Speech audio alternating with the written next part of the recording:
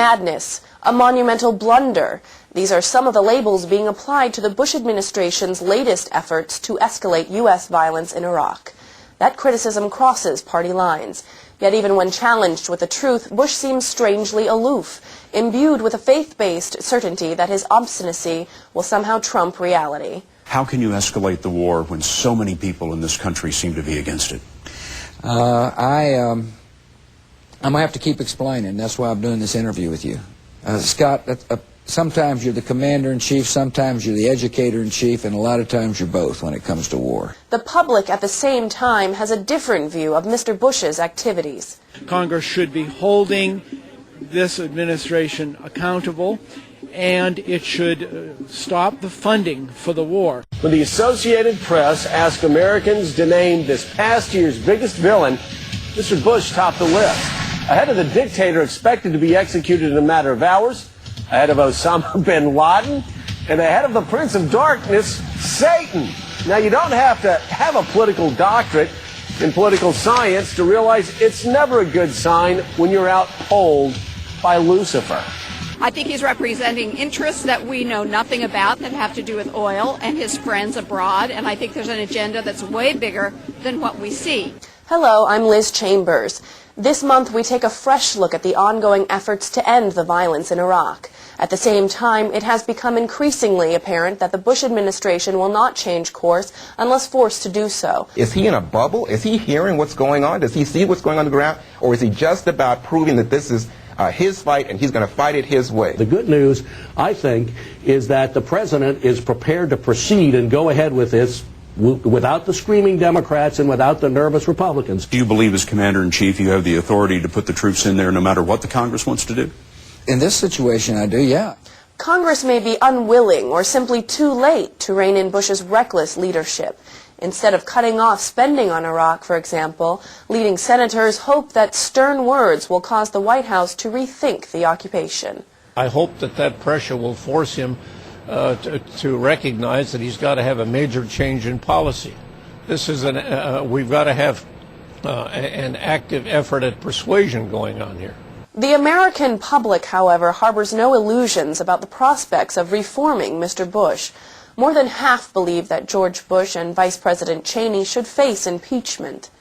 You must force the political class to put impeachment back on the table. You can do that. You can do that through grassroots organizing in communities across this country. There is a campaign going on now to put referendums on local ballots in cities and towns and villages across the United States. In March of this year, more than 50 communities across Vermont will vote on the question of whether the president should be impeached, and those votes are absolutely critical to sending a message to Congress. Why are powerful Democrats reluctant to call the Bush administration to account, especially with regard to Iraq? As you'll learn in this program, misplaced support for a war that is already underway is nothing new. It has deep historical roots that cross party lines. At least express what my position would be. I'd be unalterably opposed at the present time of unilateral withdrawal of U.S. troops in Southeast Asia. Some politicians are capable of learning from past mistakes. I must say, if we have a president that is going to effectively defy the American people, going to defy the generals, defy the majority of the Congress of the United States in Republicans and Democrats, then we, I think, have a responsibility to end the funding for that, for the war. What went wrong in Iraq? That's the question the media likes to ask. Put in more troops the way John McCain said was necessary way back when. One of the problems is that we did not have enough troops on the ground. It was a failed policy. It was pursued too long. We now have a new strategy. Did we have too few troops? Did we fail to secure the infrastructure? Will the so-called surge turn things around? Understanding the past is important, but as journalist Bill Moyers points out, these are the wrong questions. Our media has framed the quagmire in Iraq as a good idea that was simply mishandled, the same way they use words to deceive us on so many social issues. Day after day, the egalitarian creed of our Declaration of Independence is trampled underfoot by hired experts and sloganeers who speak of the death tax, the ownership society, the culture of life, the liberal assault on God and family, compassionate conservatism, weak on terrorism, the end of history, the clash of civilizations, no child left behind.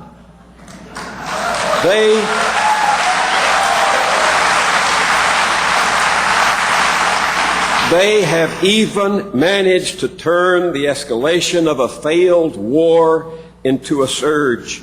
As if it were a current of electricity through a wire instead of blood spurting from the ruptured vein of a soldier. The real question we should be asking about Iraq, says author and Rabbi Michael Lerner, is not whether to escalate, but how to profoundly change the U.S. approach to other nations. Lerner says we need to reject the concept of domination as a path to security and look to generosity and compassion. Historian Gareth Porter explains that policies of dominancy lead to self-destruction. That's a fundamental problem of this entire political system, that the United States is so dominant in the world that political figures sort of buy into the idea of U.S. dominance. It's very popular to be dominant. And most people don't understand that this is the official policy, military policy of the United States. It's the official rationale of the United States that it will use its military policy to maintain its military dominance everywhere in the world. It has become an end in itself instead of a means of bringing about U.S. security. And of course, you know, if you're pursuing dominance as an end in itself, you're going to create insecurity, not security. How has domination mythology penetrated so deeply into our culture? Turn on your cable television and you'll soon understand. In the cultural vacuum of corporate media, deadly bombs become exciting examples of our technological prowess, and we are told to marvel at the many ways our best scientists can destroy the human body. The most effective weapons don't just pack devastating firepower. They strike fear into the hearts of the enemy. Glad I'm not the enemy. In military circles, it's known as the mother of all bombs. Hi, Mom. What you're doing is you're causing a blast to start up about 3 feet off the ground and go out from there. And that shockwave is one of the most valuable components about why the Moab is so effective. That shockwave is the primary kill mechanism for the Moab, right? Coming up, I find out what that shockwave can do to the human body.